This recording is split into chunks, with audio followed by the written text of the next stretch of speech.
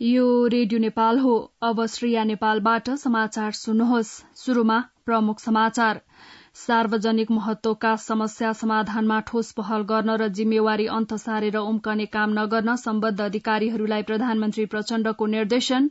आफू भदौ 30 गते अमेरिका भ्रमणमा जाने र अमेरिका हुँदै असोज 4 देखि चीनको भ्रमण गर्ने प्रधानमन्त्रीद्वारा जानकारी। कम्युनिष्ट आन्दोलन जोगाउनका लागि आफूले प्रतिनिधि सभा विघटन गरिसके शर्मा ओलीको भनाई। जग्गामा रोकिएको किता काठ खोल्न भूउपयोग नियमावली स्वीकृत गर्ने मन्त्री परिषदको निर्णय। अन्तर्राष्ट्रिय विमानस्थलको भन्सार छलेर भित्र्याइँदै गर्दा बरामद गरिएको सुनको वास्तविक तौल 60 किलो 716 ग्राम भएको नेपाल राष्ट्र बैंकद्वारा जानकारी। र भारत र चीनका अधिकारी बीच सीमा समाधानका विषयमा छलफल।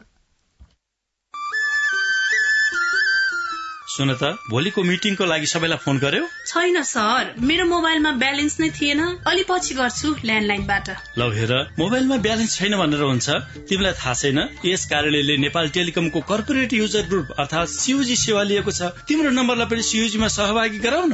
अनि सर, मेरो त प्रिपेड नम्बर हो नि। अहिले नेपाल टेलिकमले प्रिपेड र पोस्टपेड दुवै फोनमा सीयूजी सेवा लागू गरिसकेको छ। सीयूजीमा आबद्ध भएपछि हाम्रो कर्मचारीहरू बीच निशुल्क र नेपाल टेलिकमको नेटवर्कमा सस्तो दरमा फोन तथा एसएमएस गर्न र डाटा चलाउन पाइन्छ नि। तिमीलाई थप जानकारी चाहिएमा नेपाल टेलिकमको वेबसाइट www.ntc.net.np मा हेर न। नेपाल टेलिकम, राष्ट्रको संचार।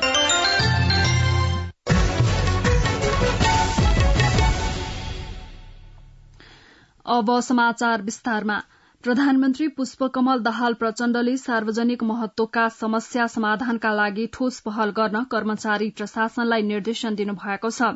काठमाण्डु 3 कुनेमा अधिग्रहण गरिएको जग्गामा देखिएको मुआब्जा समस्या समाधान र काठमाण्डु उपत्यकामा सुकुम्बासी व्यवस्थापन सम्बन्धमा छलफल गर्न हिजो बसेको बैठकमा प्रधानमन्त्री प्रचण्डले एउटा मन्त्रालय र निकायसँग जोडिएको विषय अन्त सार्ने र समस्याबाट उम्किने काम भइरहेको भन्दै त्यसो नगर्न निर्देशन दिनुभयो। बैठकमा 3 कुनेको जग्गा नेपाल सरकारको नाममा आइसकेको परिस्थितिमा पनि मुआब्जा र समस्या समाधान हुन बाँकी रहेकाले त्यसको दीर्घकालीन समस्या कसरी समाधान गर्ने र 3 कुने जड़ीबुटी अण्डरपासको काम कसरी प्रभावकारी बनाउने भन्ने विषयमा छलफल भएको प्रधानमन्त्रीको सचिवालयले जनाएको छ। यस्तै बैठकमा काठमाण्डु उपत्यकाको सुकुम्बासी समस्या समाधानका लागि भएका प्रयास र त्यसलाई निष्कर्षमा पुर्याउन अन्तर्निकाय समन्वय प्रभावकारी बनाउने विभिन्न विकल्पबारे पनि छलफल भएको सचिवालयले जनाएको छ। छलफलमा उपप्रधान तथा गृहमन्त्री नारायण काजी श्रेष्ठ, शहरी विकास मन्त्री सीता गुरूङ, भूमि व्यवस्था, सहकारी तथा गरीबी निवारण मन्त्री रंजिता श्रेष्ठ, संघीय मामला तथा सामान्य प्रशासन मन्त्री अनिता देवी शाह, काठमाण्डु महानगरपालिकाका प्रमुख बालेन्द्र शाह, मुख्य सचिव डाक्टर वैकुण्ठ अर्याल, सम्बन्धित मन्त्रालयका सचिव उपस्थित हुनुहुन्थ्यो।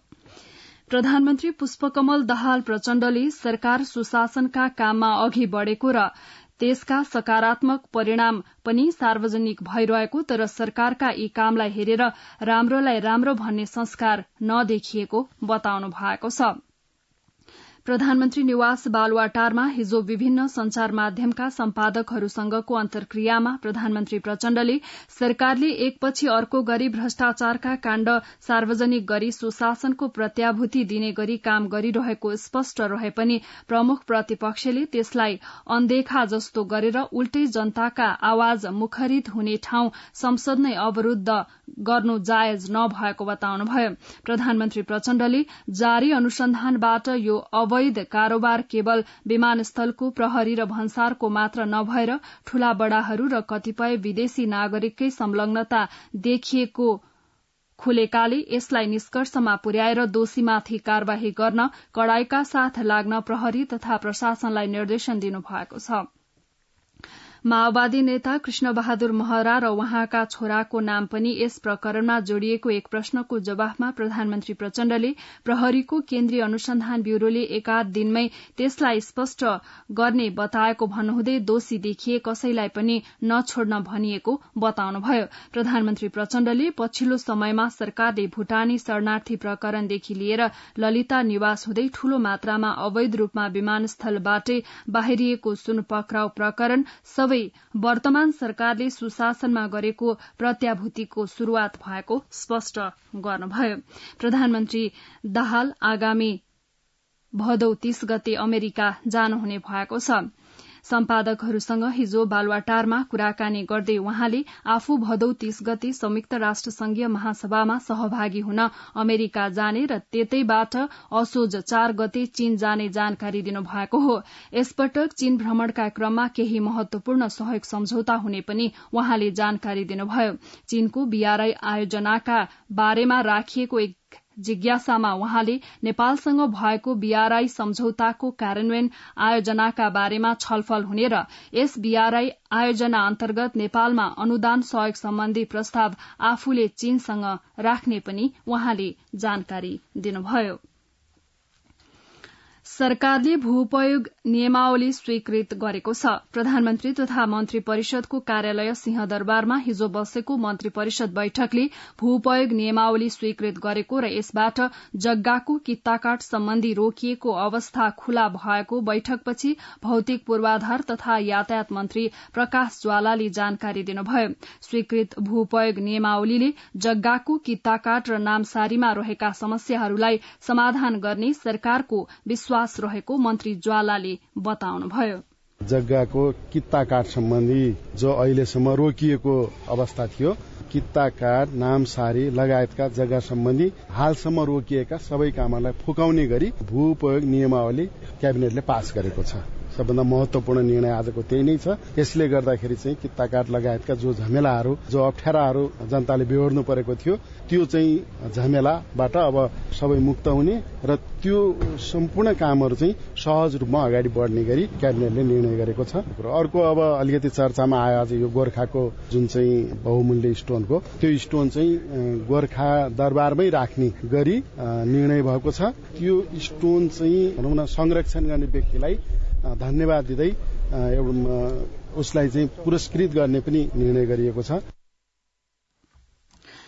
त्रिभुवन अन्तर्राष्ट्रिय विमानस्थलको भन्सार छली अवैध रूपमा नेपाल भित्रिएको सुनको वास्तविक तौल 60 किलो 716 ग्राम कायम भएको छ। बरामद गरिएको सामानको सुन सहितको कुल तौल 155 किलो 468 ग्राम भएकोमा नेपाल राष्ट्र बैंक अन्तर्गतको टक्सार महाशाखाले ब्रेक्सु प्याकेजिङ कार्टुन लगायतबाट छुट्याइएपछिको सुनको तौल 60 किलो 789 ग्राम कायम भएको थियो। हिजो सुन गाल्दा 73 ग्राम जर्ती काटिएपछि वास्तविक तौल 60 किलो 716 ग्राम कायम भएको महाशाखा प्रमुख थानेश्वर आचार्यले जानकारी दिनुभयो। नेकपा माओवादी केन्द्रका उपाध्यक्ष कृष्ण बहादुर महराले सुन प्रकरण अनुसन्धानमा सरकारलाई सघाउने बताउनु भएको छ।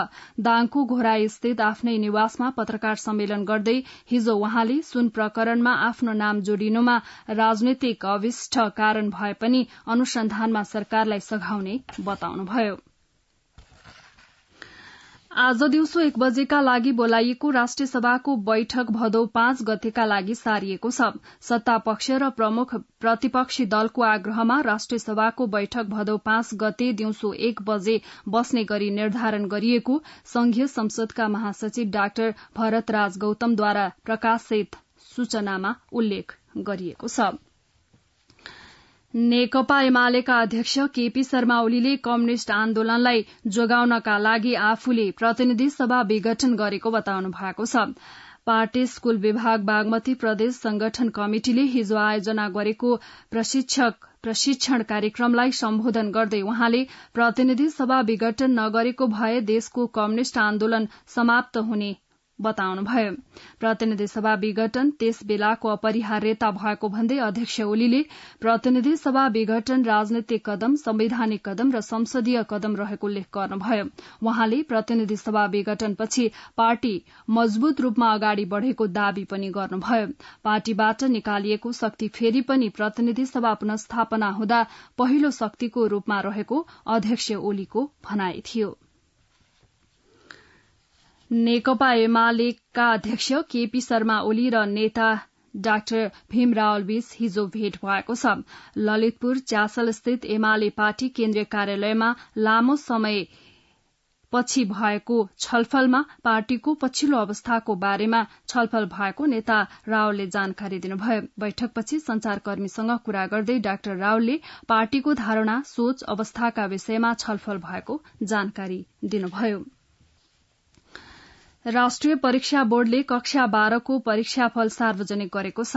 बोर्डको हिजो बसेको बैठकले गत वैशाख 26 गतेदेखि जेठ 5 गतेसम्म सञ्चालन भएको कक्षा 12 को परीक्षाफल सार्वजनिक गर्ने निर्णय गरेको बोर्डका प्रवक्ता जंगबहादुर अर्यालले बताउनुभयो। बैठकपछि आयोजित पत्रकार सम्मेलनमा कक्षा 12 मा 50.91% विद्यार्थी उत्तीर्ण भएको प्रवक्ता अर्यालले जानकारी दिनुभयो। बोर्डका अनुसार नियमिततर्फ कुल 3,72,637 विद्यार्थी परीक्षामा सहभागी भएका मध्ये 1,89,071 जना विद्यार्थी उत्तीर्ण भएका र 51 जनाको परीक्षा रद्द गरिएको छ।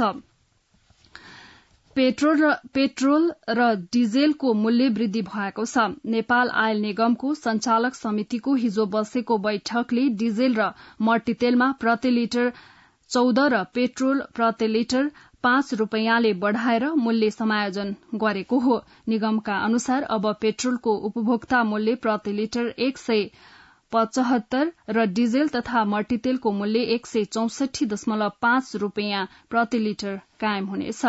इण्डियन आयल कर्पोरेशनबाट हिजो पेट्रोल र डिजेलमा क्रमशः प्रति लिटर 3.85 र 11.25 रूपैयाँ मूल्य बढ़ेर आएसँगै नेपालमा पनि वृद्धि गरिएको निगमले जनाएको छ। मुगुको सोरुकोटबाट गमगढ़ीतर्फ जाँदै गरेको J1Ch7772 नम्बरको जीप सोरु गाउँपालिका 7 मा आइतबार दुर्घटना हुँदा 5 जनाको घटनास्थलमै मृत्यु भएको र 4 जना सख्त घाइते भएको घटनाप्रति नेपाली कांग्रेसले दुःख व्यक्त गरेको छ। कांग्रेसले हिजो विज्ञप्ति मार्फत सो घटनाका मृतकप्रति श्रद्धांजलि अर्पण गर्दै दिवंगत आत्माको चिरशान्तिको कामना र शोक सन्तप्त परिवारजनमा समवेदना व्यक्त गरेको छ। संसदको दिगो विकास तथा सुशासन समितिले राष्ट्रिय सभाबाट पारित दलितका सवाल सम्बन्धी संकल्प प्रस्ताव सम्बन्धमा तयार पारिएको कार्ययोजना कार्यान्वयन गर्न सम्बन्धित मन्त्रालयलाई निर्देशन दिएको छ।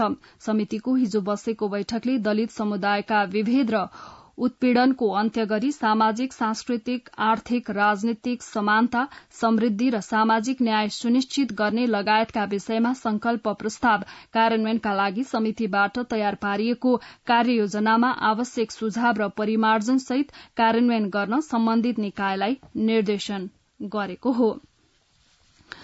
मुस्ताङको आन्तरिक र छिमेकी जिल्लाहरूसँग यातायात सम्पर्क विच्छेद भएको छ। बाढ़ीले सड़क र झोलुङ्गे पुल बगाएपछि मुस्ताङको एउटा पालिकादेखि अर्को पालिका तथा छिमेकी जिल्ला म्याग्दी हुँदै प्रदेश राजधानी पोखरा र संघीय राजधानी काठमाण्डु जोड्ने सड़क बीचको सम्बन्ध टुटेको हो। प्रतिकूल मौसमका कारण जोमसोम पोखरा हवाई उडान पनि बन्द भएको छ।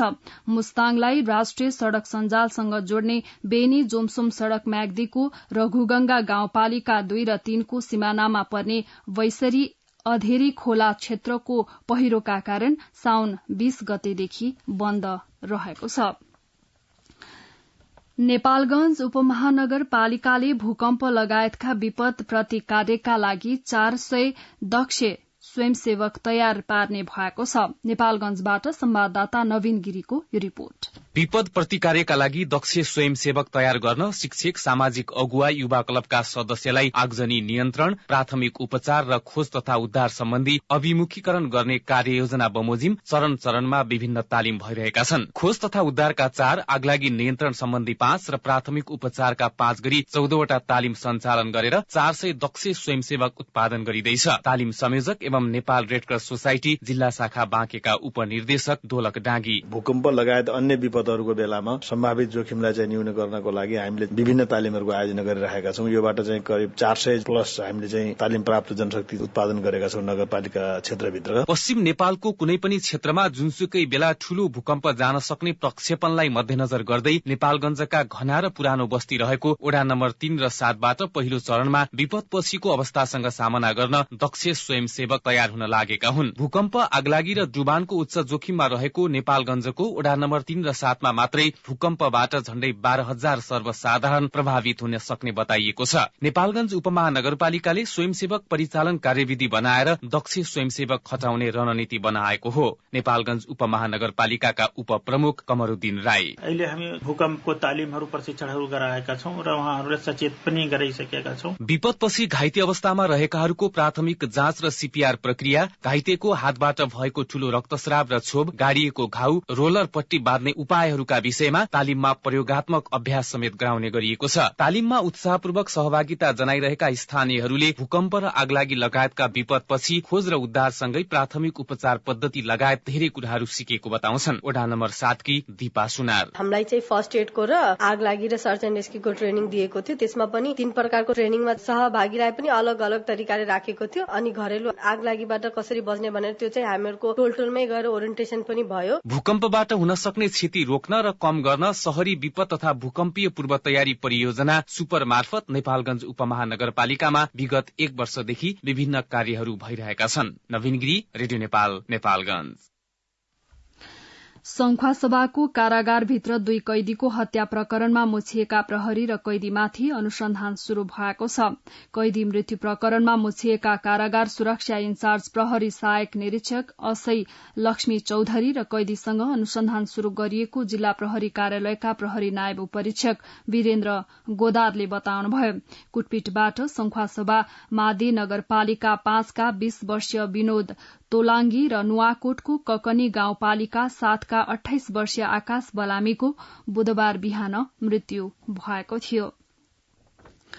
रुकुम पश्चिमको जिल्ला अस्पताल सल्लेमा हाड जोड्ने तथा नशा सम्बन्धी रोगको विशेषज्ञ सेवा शुरू भएसँगै स्थानीय खुशी छन् भने उनीहरूलाई सहज पनि भएको छ। रुकुम पश्चिमबाट संवाददाता मेघराज खड्काको रिपोर्ट। रुकुम पश्चिमको जिल्ला अस्पताल सल्लेमा हाड जोड्ने तथा नशा सम्बन्धी रोगको विशेषज्ञ सेवा शुरू भएको छ। सेवा शुरू भएपछि यसअघि जिल्ला बाहिर गएर उपचार गर्दै आएका सेवाग्राहीहरूलाई सहजता भएको छ। चिकित्सकदेखि भौतिक तथा प्राविधिक समस्याका बीच पनि अस्पतालले हाड जोड्ने तथा नशा रोग सम्बन्धी विशेषज्ञ सेवा शुरू गरेको हो। सेवा शुरू गरेपछि बिरामीहरू खुशी भएका छन्। स्थानीय सुरेन्द्र केसी: खुट्टो भाँचेर एकदमै गाह्रो भइरहेको थियो। यी उपचार गरेर मलाई दाङ काठमाडौँ नगएर मलाई एकदमै सुधार हुने आएको छ। अस्पतालमा हाड जोड्ने तथा नशा सम्बन्धी सेवा अन्तर्गत अहिले ट्रमा सर्जरीको उपचार भइरहेको छ। हात खुट्टा र जोड्नीहरू भाँचिएको, नशा च्यापिएको, हड्डी कमजोर भएको र घुँडा खिएको समस्याका बिरामीहरू बढी आउने गरेका छन्। त्यस्तै बच्चाहरूको जोड्नी र हड्डीमा संक्रमण भएको समस्या लिएर पनि आउने गरेको जिल्ला अस्पताल रुकुम पश्चिमका प्रमुख तथा हाड जोड्नी तथा नशा रोग विशेषज्ञ डाक्टर सुशील पोखरेल बताउनुहुन्छ।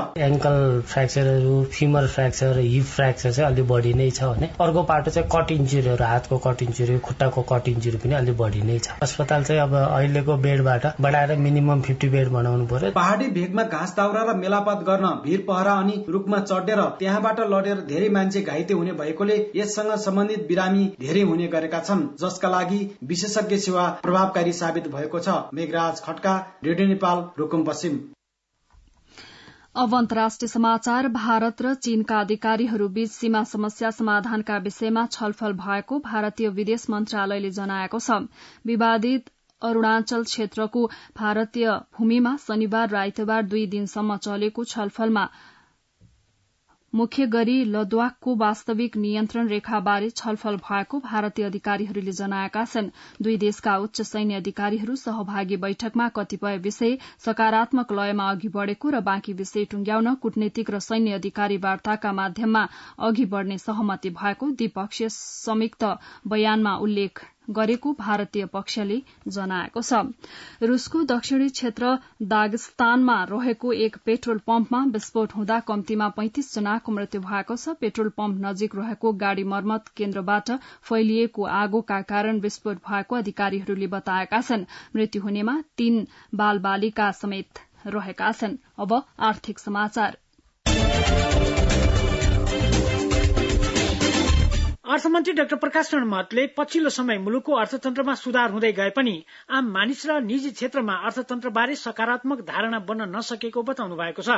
आन्तरिक राजस्व विभागले मंगलबार आयोजना गरेको व्यवस्थापन गोष्ठीको उद्घाटन गर्दै अर्थमन्त्री डाक्टर महतले निजी क्षेत्रमा नकारात्मकता हावी गएकोमा चिन्ता व्यक्त गर्नुभयो। निजी क्षेत्रका छाता संस्था र तिनका पदाधिकारीले अर्थतन्त्रको अवस्थाबारे समान धारणा बनाउन आवश्यक भएकोमा अर्थमन्त्रीले जोड़ दिनुभयो। निजी क्षेत्र व्यापारमा मात्रै केन्द्रित भएको र सरकारले आन्तरिक उत्पादन बढाउने नीति लिँदा पनि निजी क्षेत्रले त्यसको लाभ लिन नसकेको अर्थमन्त्रीको भनाइ थियो। चालू आर्थिक वर्षका लागि सरकारले लिएको राजस्व लक्ष्य भेट्न जिम्मेवार भएर काम गर्न पनि अर्थमन्त्री महतले देशभरका राजस्व कार्यालयका कर्मचारीहरूलाई निर्देशन दिनुभयो। कार्यक्रममा अर्थ मन्त्रालयका सचिव अर्जुन प्रसाद पोखरेलले कराधार बढ़ाएर चालू आर्थिक वर्षको राजस्व लक्ष्य भेट्न सकिने धारणा राख्नुभयो। कार्यक्रममा नेपाल चेम्बर अफ कमर्सका अध्यक्ष राजेन्द्र मल्लले करको दर भन्दा पनि दायरा बढ़ाउन सके सरकारले राखेको राजस्व लक्ष्य पूरा हुन सक्ने बताउनुभयो। कार्यक्रममा नेपाल उद्योग वाणिज्य महासंघका वरिष्ठ उपाध्यक्ष अञ्जन श्रेष्ठले चालू आर्थिक वर्षमा अर्थतन्त्रमा सुधारको संकेत नदेखिएको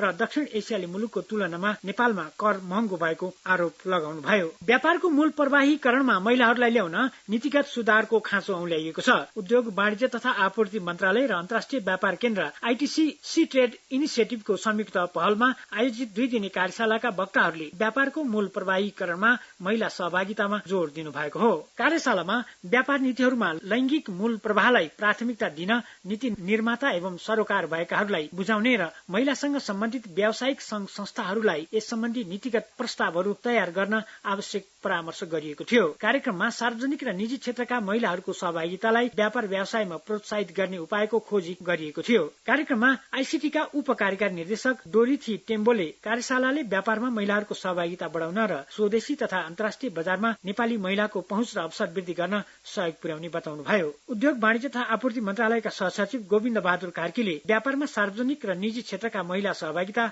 अभिवृद्धिमा नेपालको सन्तोषजनक प्रगति भएको बताउनुभयो। मंगलबार नेपाल शेयर बजारको परिसूचक नेप्से 31.80 अंकले घटेर 2045.44 अंकमा झरेको छ। यस दिन 278 कम्पनीहरूका 56,03,179 किता शेयरहरू 2,15,73,12,000 रुपियाँमा किनबेच भएका छन्। मंगलबारको कारोबारपछि म्युचुअल फण्ड समूहको उपसूचक 4.28 अंकले बढ़ेको छ भने बाँकी सबै समूहका उपसूचकहरू घटेका छन्। दुग्ध उत्पादनको जिल्लाका रूपमा चिनिएको चितवनमा गत वर्ष दुग्ध उत्पादन घटेको छ। भेटनरी अस्पताल तथा पशु सेवा विज्ञ केन्द्र भरतपुरका पशु विकास अधिकारी डाक्टर रामचन्द्र आचार्यले अघिल्लो आर्थिक वर्षको तुलनामा गत आर्थिक वर्षमा दूध उत्पादन 11.9% घटेको जानकारी दिनुभयो। जिल्लामा अघिल्लो आर्थिक वर्षमा 11,15,27,000 लिटर दूध उत्पादन भएकोमा गत आर्थिक वर्षमा दूध उत्पादन 9,81,43,000 लिटरमा सीमित भएको छ। आर्थिक समाचार प्रस्तुत गर्दै हुनुहुन्थ्यो भुवन आचार्य। अब खेल समाचार। अस्ट्रेलिया र न्यूजील्याण्डमा जारी फिफा महिला विश्वकपमा स्वीडेनलाई पराजित गरी स्पेन पहिलो पटक फाइनलमा प्रवेश गरेको छ। मंगलबार न्यूजील्याण्डमा भएको पहिलो सेमिफाइनलमा स्पेनले स्वीडेनलाई 2-1 गोल अन्तरले पराजित गरेको हो। सुरुवाती 6 संस्करणमा सहभागिता नजनाएको स्पेन 7औं संस्करणमा समूह चरणबाट तथा गत संस्करणमा प्री क्वार्टर फाइनलबाट बाहिरिएको थियो। स्पेनको जितमा सालमा पोरेलु र ओल्गा क्रोमेङले समान 1-1 गोल गरिन्। उता स्वीडेनका लागि ब्लोभिस्टले 1 गोल गरिन्। स्पेनले अब उपाधिका लागि बुधबार हुने दोस्रो सेमिफाइनलको विजेतासँग खेल्नेछ। दोस्रो सेमिफाइनल इंग्ल्याण्ड र सह आयोजक अस्ट्रेलिया खेल्नेछन्। अब क्रिकेटमा पनि रेड कार्डको प्रयोग हुने भएको छ। West इन्डिजको Canberra premier league CPL 2023 मा रेड कार्डको यस्तो नयाँ नियम आउने भएको हो। सीपीएलको पुरुष तथा महिला दुवै प्रतियोगितामा रेड कार्डको प्रयोग गरिने जनाइएको छ। यदि कुनै टिमले तोकिएको समयभित्र आफ्नो कोर्टको 20 ओभर पूरा नगरेमा 16 ओभर रेड अन्तर्गत यो नियम लागू हुनेछ। आउँदो बिहिबारदेखि शुरू हुने प्रतियोगितामा यो नियम पहिलो पटक प्रयोग हुन लागेको हो। सीपीएलका प्रतियोगिता सञ्चालक निर्देशक माइकल हलले पछिल्लो समय T20 को अवधि बढ्दै गएकाले त्यसलाई नियन्त्रण गर्न रेड कार्डको नियम लागू गरिएको बताए। खेल समाचार प्रस्तुत गर्दै हुनुहुन्थ्यो अजय बम। अब मौसम सम्बन्धी जानकारी। नेपालमा मनसूनको न्यून चापीय रेखा सरदरस्थान भन्दा उत्तरतिर रहेका कारण आज पनि देशका विभिन्न भागमा वर्षा हुने जल तथा मौसम पूर्वानुमान महाशाखाले जनाएको छ। अहिले पनि कोशी, बागमती, गण्डकी प्रदेशको पहाड़ी भूभागका केही स्थान र बाँकी भूभागको 1-2 स्थानमा मेघगर्जन चट्याङसहित हल्का वर्षा भइरहेको छ। आज कोशी तथा गण्डकी प्रदेशका 1-2 स्थानमा अधिक वर्षाको समेत सम्भावना रहेको मौसम पूर्वानुमान महाशाखा जनाएको छ। भारी वर्षाको सम्भावना भएका स्थानमा नदीको जलसतह बढ़ने, बाढ़ी, पहिरो, भूक्षय जस्ता प्रकोप हुन सक्ने भन्दै विभागले जोखिम वा क्षतिबाट बच्न आवश्यक सतर्कता अपनाउन आग्रह गरेको छ। आज देशभर आंशिकदेखि सामान्य बदली रही देशका पहाड़ी भागका केही स्थानमा हल्कादेखि मध्यम वर्षा हुनुका साथै कोशी तथा गण्डकी प्रदेशका एक दुई स्थानमा मेघगर्जन चट्याङसहित अधिक वर्षा हुने जल तथा मौसम विज्ञान विभागले जनाएको छ। गत 24 घण्टामा काठमाडौँ उपत्यकामा मापन गरिएको अधिकतम तापक्रम 30.5 डिग्री सेल्सियस, न्यूनतम तापक्रम 20.6 डिग्री सेल्सियस, सापेक्षिक आर्द्रता 98%। आज दिउँसो काठमाडौँ उपत्यकाको अधिकतम तापक्रम 29 देखि 31 डिग्री सेल्सियसका बीच रहने अनुमान गरिएको छ। काठमाडौँ उपत्यकामा सूर्योदय अघि बिहान 5:35 भयो भने सूर्यास्त भरे साँझ 6:42 हुनेछ। अन्त्यमा प्रसारणका प्रमुख समाचार फेरि एकपटक।